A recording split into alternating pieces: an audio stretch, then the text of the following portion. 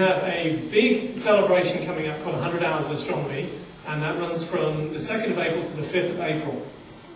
There's going to be many events across the world. This is a global event, as nearly all of the events in International Union of Astronomy are. And there will be webcasts, TV shows, lectures, café scientifiques, and so on, with the big goal to present some kind of astronomy event on the media around the world all throughout this period. So in Halifax, we'll have a 4-day celebration going on as well. And one of the key events in this is a wall display down at City Centre Atlantic Mall. Okay, so these infrared band sky surveys were very important. They are how we realized that this population of objects was out there. But of course, having found them, the next thing to do is to go back and take a second look at them with bigger telescopes and longer exposure times to see what we can learn about them.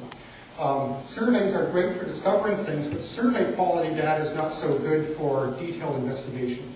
We really need to take another look with bigger telescopes and get higher quality observations if we want to investigate these objects in detail and find out, just what they are. What is their nature? Okay. Now that's going to be very difficult to do though, right? Because remember, these objects are very faint. So to get a high quality signal from them, we're going to need big whopping telescopes. Now as it happens,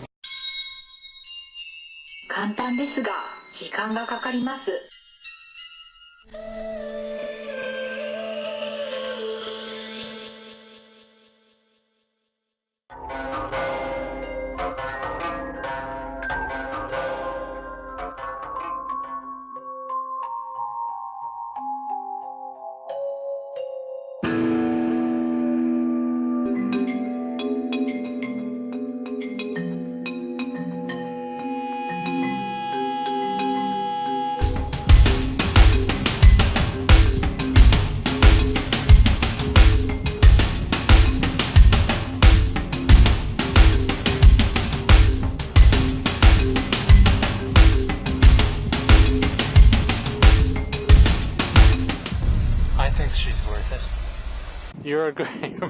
You're my good luck charm now, girl. Yeah, I'm lucky girl. Yeah. And we should have this is off in September or something.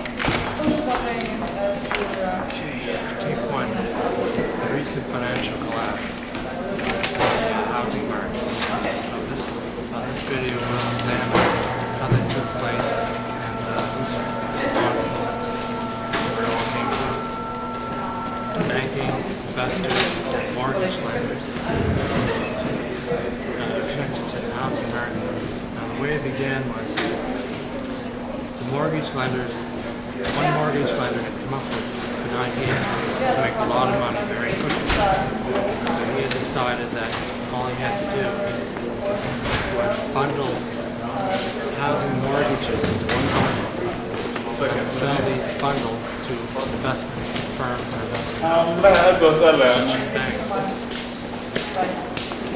And what occurred was he was successful at it. He made a lot of money, so he managed to get a lot more bundles together and sell them to investment firms. So what occurred was, because his example proved to be the one to follow, other investment companies bought, or other mortgage holders, companies were doing the same thing. So then a competition set up between the mortgage holders, and one had decided, well, they wanted more housing, to continue the process. So what they did was they offered these incredible deals. You could actually buy a house, pay the principal 10 years later, and only make payments that were your interest. And the public in the United States see this as an opportunity to have a first-time home, or to make a lot of money on that.